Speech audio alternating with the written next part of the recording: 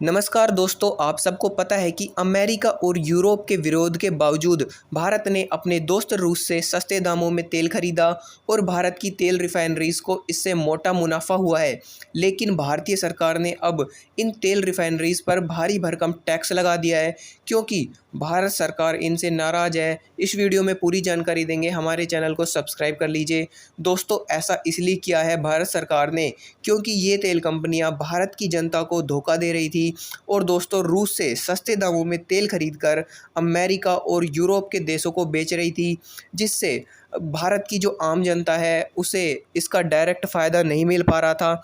दरअसल दोस्तों, अमेरिका और यूरोप के देश रूस से तेल का व्यापार नहीं कर पा रहे थे, क्योंकि रूस ने यह साफ कर दिया था कि वो अपने तेल का व्यापार स्थानीय मुद्रा रूबल में करेगा, ना कि डॉलर में। इस वजह से इंटरनेशनल मार्केट में कच्चे तेल के दाम कई गुना तक बढ़ गए। लेकिन भारत सरकार, जो अमेरिका व यूरोप के विरोध के बावजूद अपनी तेल कंपनियों को रूस से तेल खरीदने की परमिशन दे रही थी, वे तेल कंपनियां पेट्रोल, डीजल और जेट फ्यूल को अमेरिका और यूरोप के देशों को इंटरनेशनल दामों पर बेच रहे थे, जिससे इन तेल कंपनियों को मोटा मुनाफा हो रहा था। लेकिन दिक्कत तब आई जब ये कंपनियां भारत के डोमेस्टिक मार्केट में भी इंटरनेशनल दामों पर तेल बेच रही थी, जिसका नतीजा आपने देखा था कि कैसे डीजल और पेट्रोल के दाम तेज़ी से बढ़ गए थे।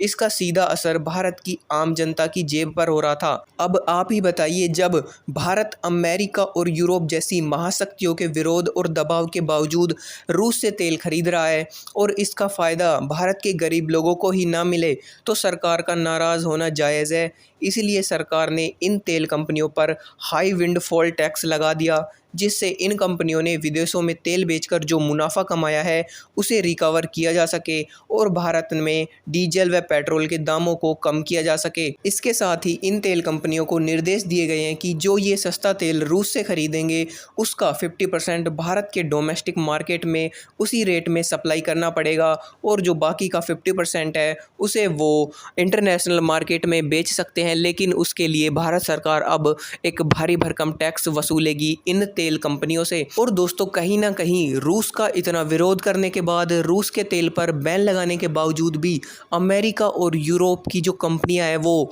कहीं ना कहीं रूस के तेल पर निर्भर है। भले ही वो इनडायरेक्टली रूस का तेल खरीद रहे हैं, लेकिन इससे पता चलता है कि अमेरिका और यूरोप की भी रूस के तेल के बिना हालत पतली हो चुकी है।